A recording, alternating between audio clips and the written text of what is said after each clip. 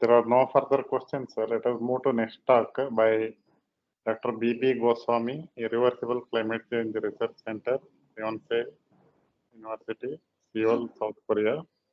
Title of the talk is a Shallow, Deep, Unified Stochastic Mass Flux Cumulus Parameterization. Over to you, Dr. Goswami. Yeah, thank you. So my slides are visible and am I audible? Yeah. Okay. Thank you. First of all, thank you organizers for giving me this opportunity. So my title of the talk is Shallow, Deep, Unified Stochastic Mass Flux Cumulus Parameterization. And this work, my affiliation when I had submitted this abstract was Yonsei University in South Korea, Seoul. But currently I'm located in Institute of Science and Technology, Austria.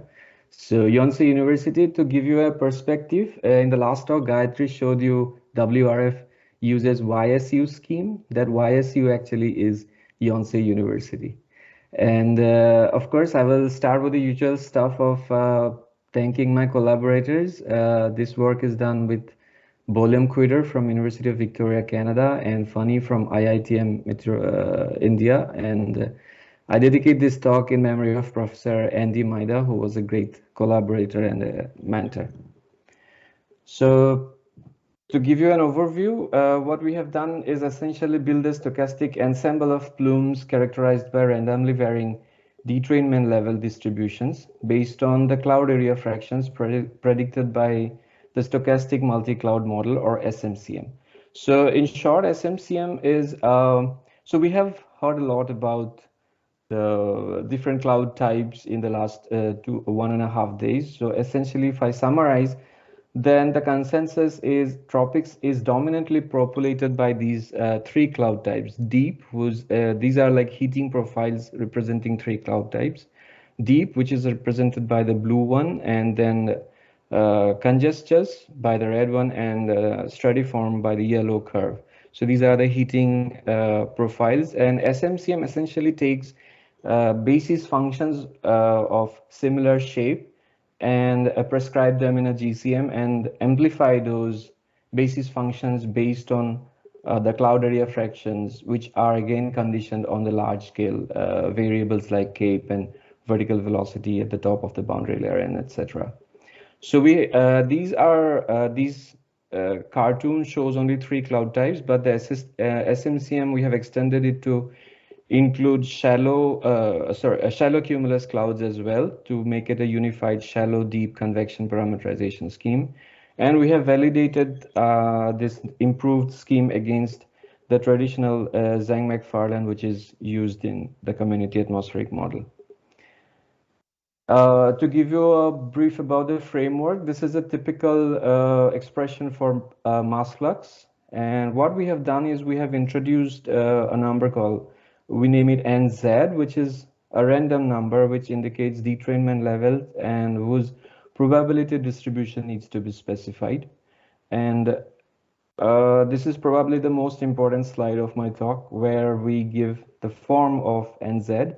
So the sigma is some weight, and f is some sort of function which gets amplified depending on the weight. And these are some acronyms which I'm going to use in my next slide. SC is shallow cumulus, C is congestus, and D stands for deep clouds. So I'm going to put this expression for NZ in the expression for mass flux in this slide. So this is anyways from the previous slide, but when I put this sigma and F with subscripts SC, C, and D with the acronyms I explained before, and these sigmas basically are predicted by the stochastic multi-cloud model, and which I will talk about in the next slide. And this function has a form of Gaussian, which is inspired by the work of Gentin et al. 2013. So now, since we know that since we express mass flux computation in terms of sigma and F, the job is to find out these parameters. And but before going there, this is like a pictorial illustration of what we essentially have done.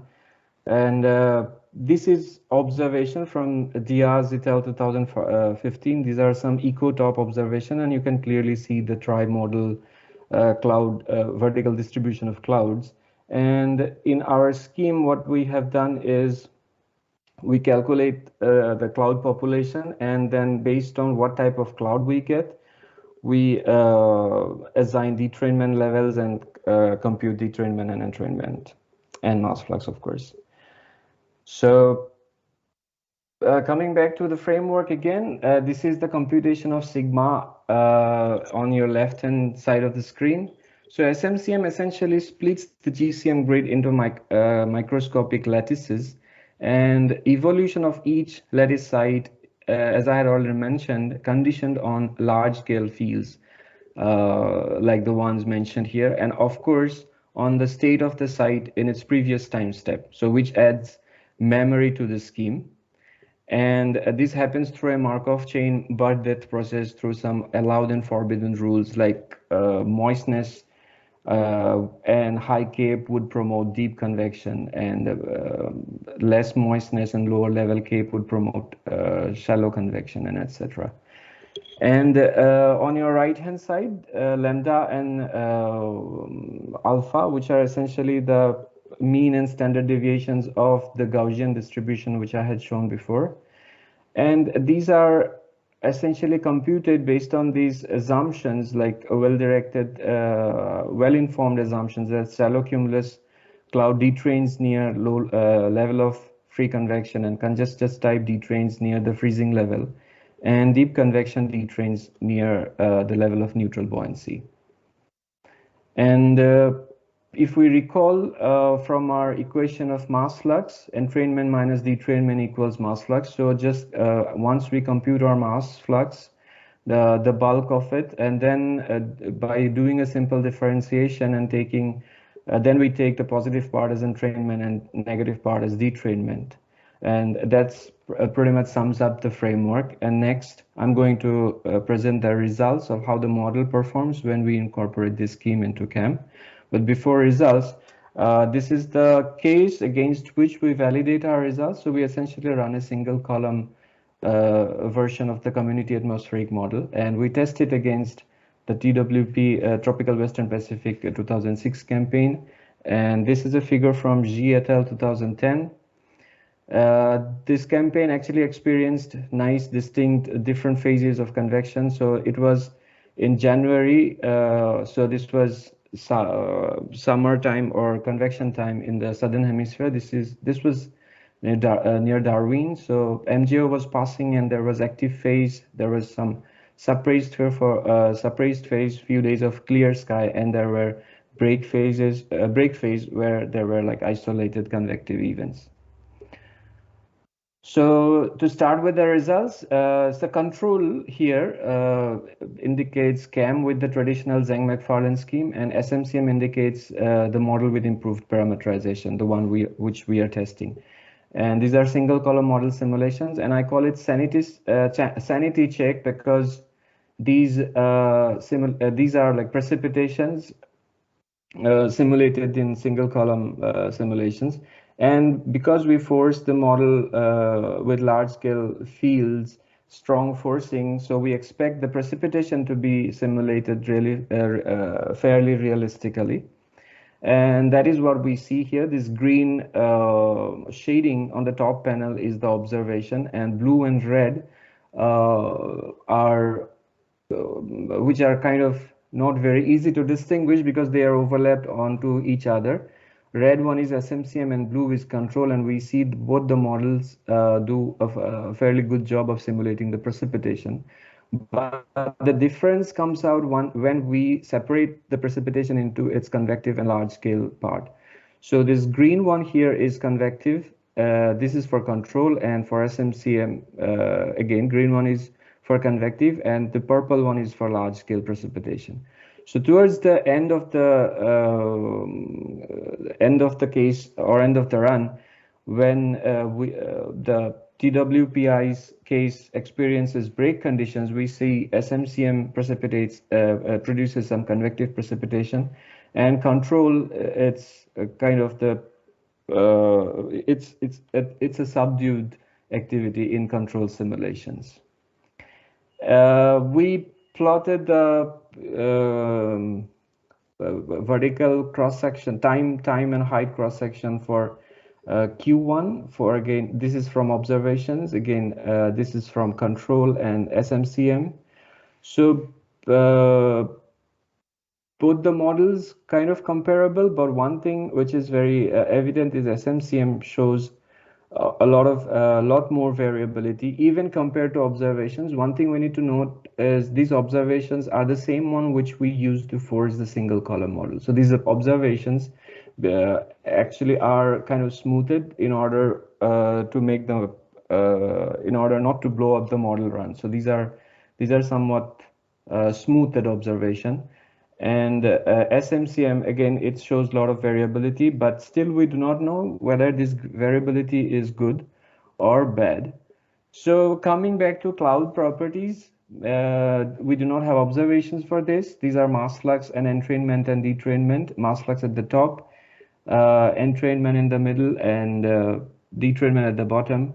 Again, immediately what catches your eye is the variability in SMCM simulations. But in control simulations, though, the activity is kind of confined or more focused in one level. So that what makes us feel that because in reality it may not be the case. There will be detrainment and entrainment in all different levels.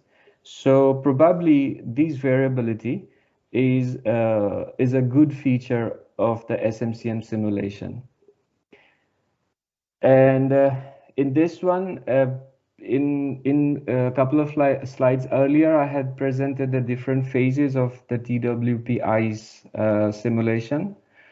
So there we had seen different phases, active and break. In the top panel, we have plotted the mass flux and entrainment and detrainment for control, and in the for TWPI's case, and below one is for break, top one is for active, and below one is for break. And one thing is clear that SMCM almost always predicts a stronger mass flux, and these thinner lines are different realizations of SMCM. So in the SMCM framework, you might have noticed that we have several parameters, tuning parameters, and sometimes adjustment time scales, which can be changed based on observations. So guided by observations, we had actually several set of adjustment time scales and tuning parameters.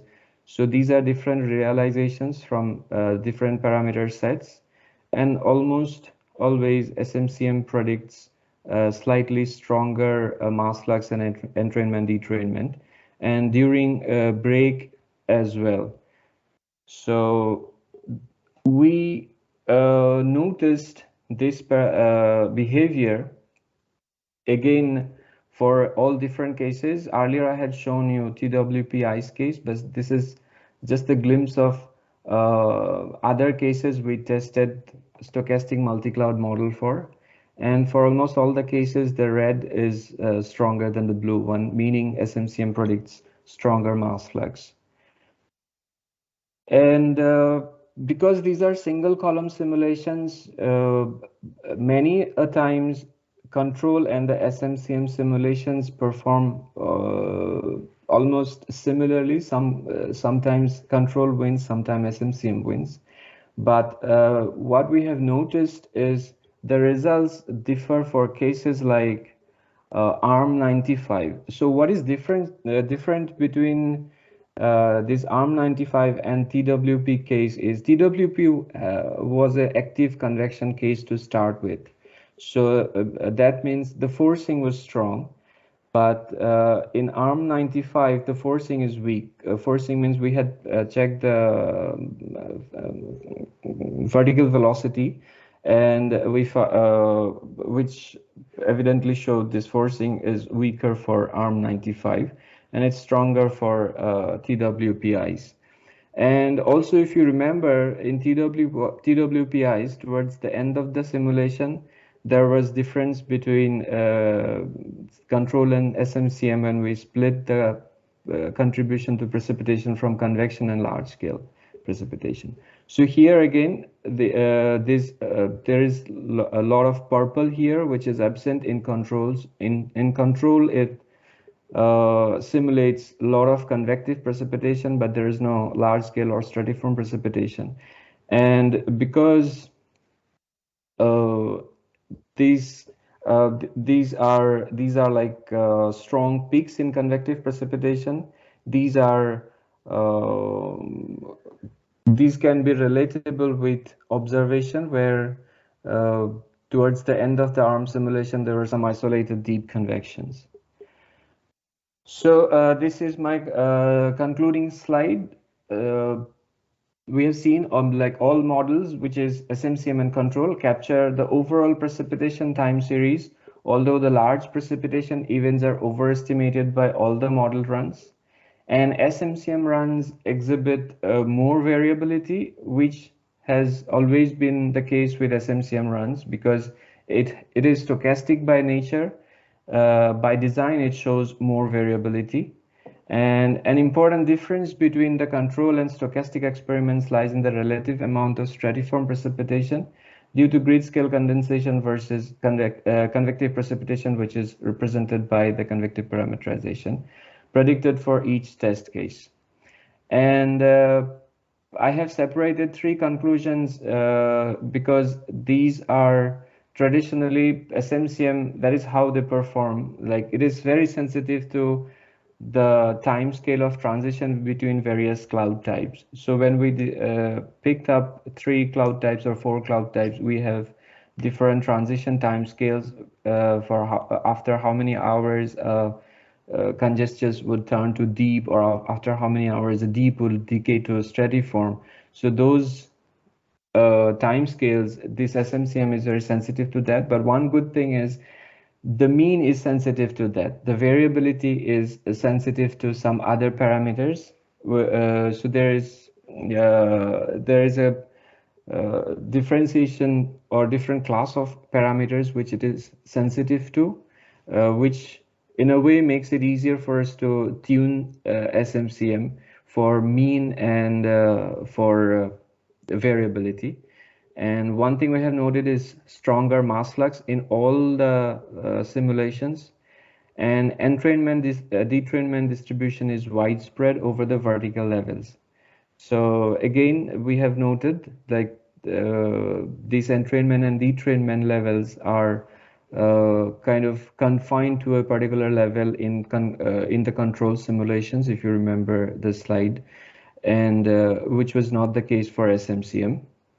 And this is essentially because by design, we had prescribed 3 different detrainment levels, and the whole purpose of designing AN was to provide detrainment at different levels and not confined to a particular level. And this is a work in progress, so we are still in still doing the 3D coding. So hopefully we will get more insight when we will complete the 3D simulation. So thank you. This is a picture of the people involved behind this work from your left to right, Funny, and this is Andy Maida, Bolium, and of course me. Thank you. Thank you, Dr. Goswami. Any questions? Yes, Dr. Goswami. This detrainment levels, how is it being fixed actually? How are the levels being fixed? Levels are not fixed. That's the whole idea, not to fix the detrainment level. So the SMCM predicts type of clouds. For example, if we get a deep cloud, I mean, large scale would tell us how much the cape is and how much the middle layer moisture is. And based on that, suppose we find a deep cloud, and then we will tell that, okay, deep cloud to detrain with a Gaussian distribution, which will have a peak around level of neutral buoyancy. And That's how, yeah, so detrainment level is not fixed. I mean, we do not want to fix it. Okay, fine. And this cloud population, how do you estimate this cloud population? Uh, Sorry. Oops. Yeah, so cloud population is so in an earlier study we used CFS, so which we ran typically in 100 kilometer by 100 kilometer, like 1 degree by 1 degree grid, and we split the grid into 40 by 40 microscopic lattices. So there are like 40 by 40 cloud sites. So in one site, again, we do not decide the population. The population is decided by the large scale. If there is no cape, no moisture, then it will be a white box, meaning it will be a clear sky state. And if it has a low level moisture but high trade inversion, then it will have a shallow cumulus or probably a congestus. So we do not decide, but it is stochastically decided by the scheme itself. But one good thing is the state depends on a site. I mean, evolution of the site depends on the state of the site itself in its previous time step. So, meaning a clear sky cannot turn into a stratiform site directly. It has to have a stratiform site has to have a deep site before it. Yes. So that's how we have. That's what I meant by forbidden and allowed rules. I think that's fine. And since it's a single column model and based on the mass flux, I think the 3D simulations, maybe what you're working present can, I think, provide better.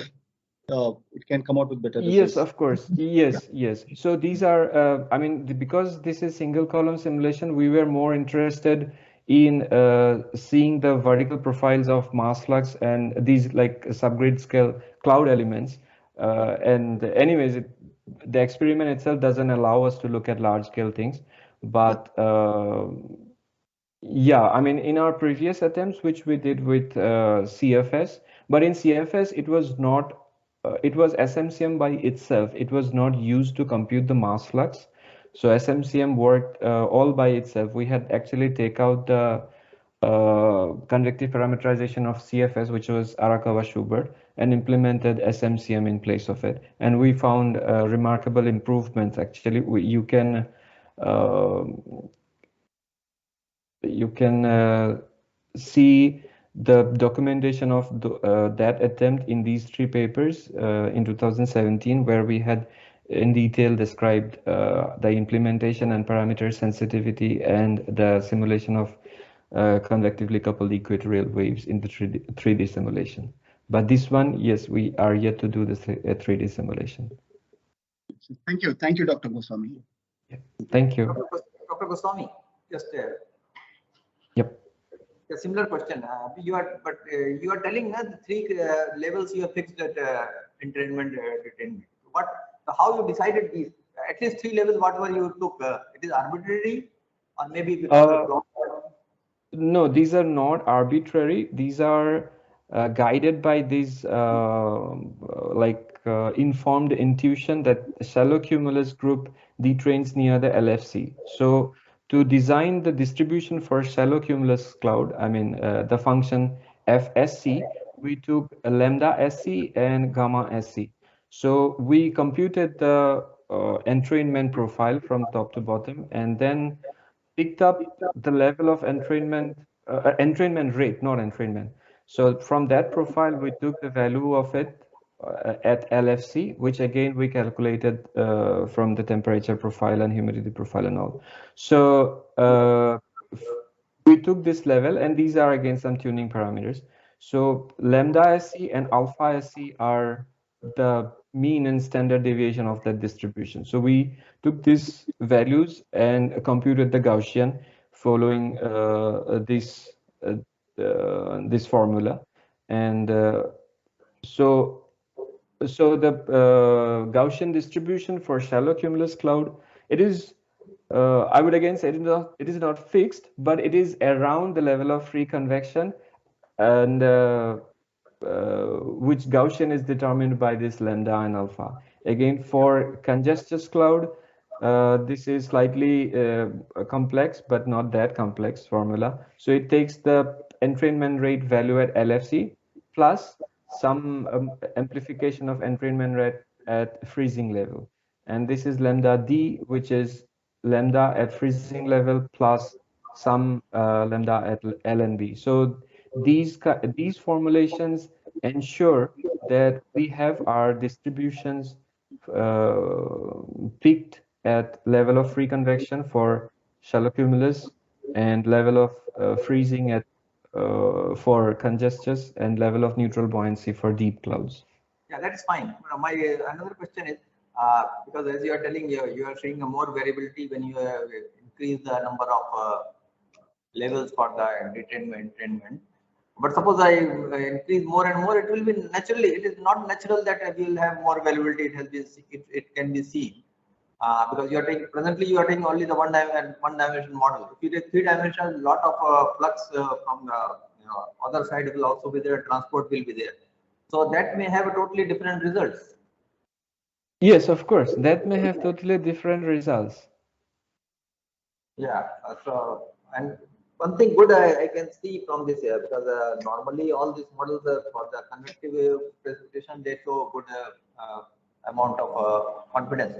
But for this large scale precipitation, this is your experimental is showing a much better comparison with the observation. Maybe mainly in the Breck cycle case. So that will be a good study, I think, for Breck cycle case. If you can do that, that will be, I think, good. You have shown some of the examples. But Yeah, I think this one. 3-dimensional with Breck cycle, that will be great. I think that is one of the major research areas. Yes, yes. I mean, in the previous attempt when SMCM was by itself, one of the philosophy of SMCM is to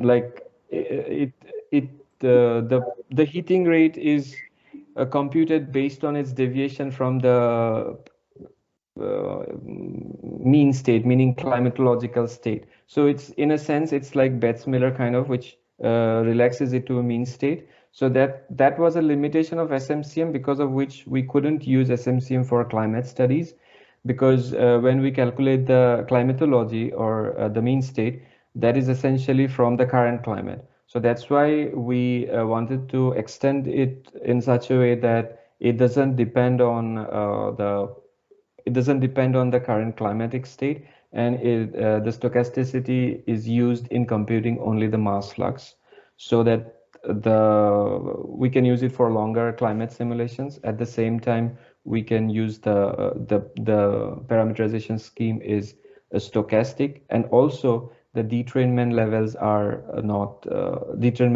not fixed, and I hopefully would produce the 3 model cloud vertical distribution of clouds. Thank you. Thank you. Thank you.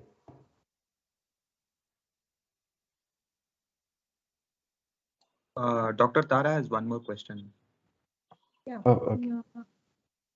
Bidyut, are you Hi, able ma'am. to Yeah, hello. Hi. Are you able to hear me?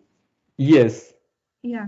Now, I was wondering whether you have done any, this is kind of a tri-model mass flux scheme that you have developed.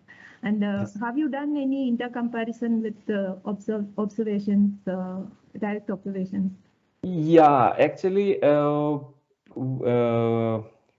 we have one of the work which actually is Kumar Roy is leading. We are using dynamo radar data, and also so to train the parameters by testing. I mean, testing it against observations, actual radar observations.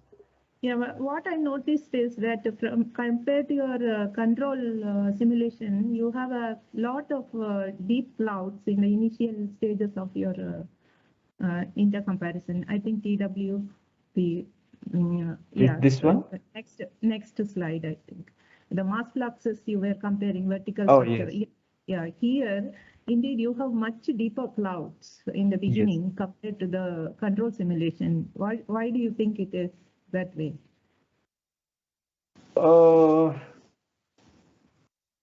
Honestly, I do not have a clear idea why it is deep, but it is uh, like these distributions are conditioned using these sorry there are some sorry probably yeah these mass so fluxes you have shown, no? It is having very high values yes, of yes. mass So fluxes this in the. lambda d, and alpha d, they would essentially uh, indicate how wide and how strong the distribution is for deep cloud detrainments. And I think for that particular case, I have not checked, but the difference between lambda freezing and lambda LNB would be strong, so which would give me a wider distribution for the detrainment levels.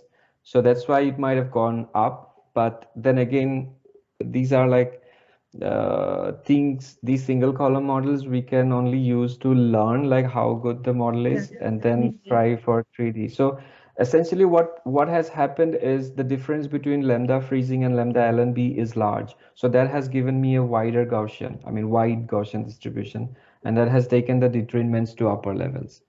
Yeah, but what I want to say is that even the 1D column model also, it will give you an opportunity to tune that, right? To Yes, maybe yes. do sensitivity studies. So it will take the work to a different one more level. But, Of course, of course. Yeah. Thank you. Thank you. Thank you. Yeah. Okay, with this, let us thank all the speakers and we